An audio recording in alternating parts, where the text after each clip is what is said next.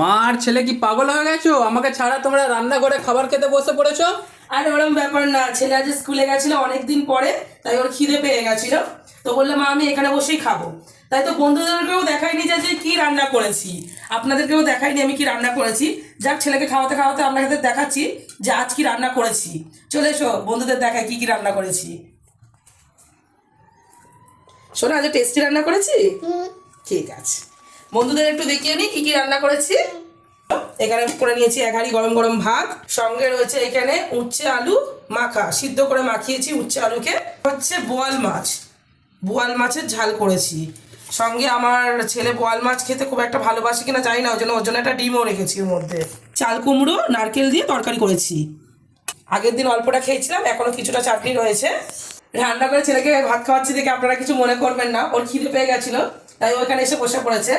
আপনারা কি কি খেয়েছেন, দুপুরটা কেমন কাটিয়েছেন আমাকে কমেন্ট করে জানাবেন। আমার ভিডিও ভালো লাগলে লাইক কমেন্ট করে দেবেন। Thank you, bye by.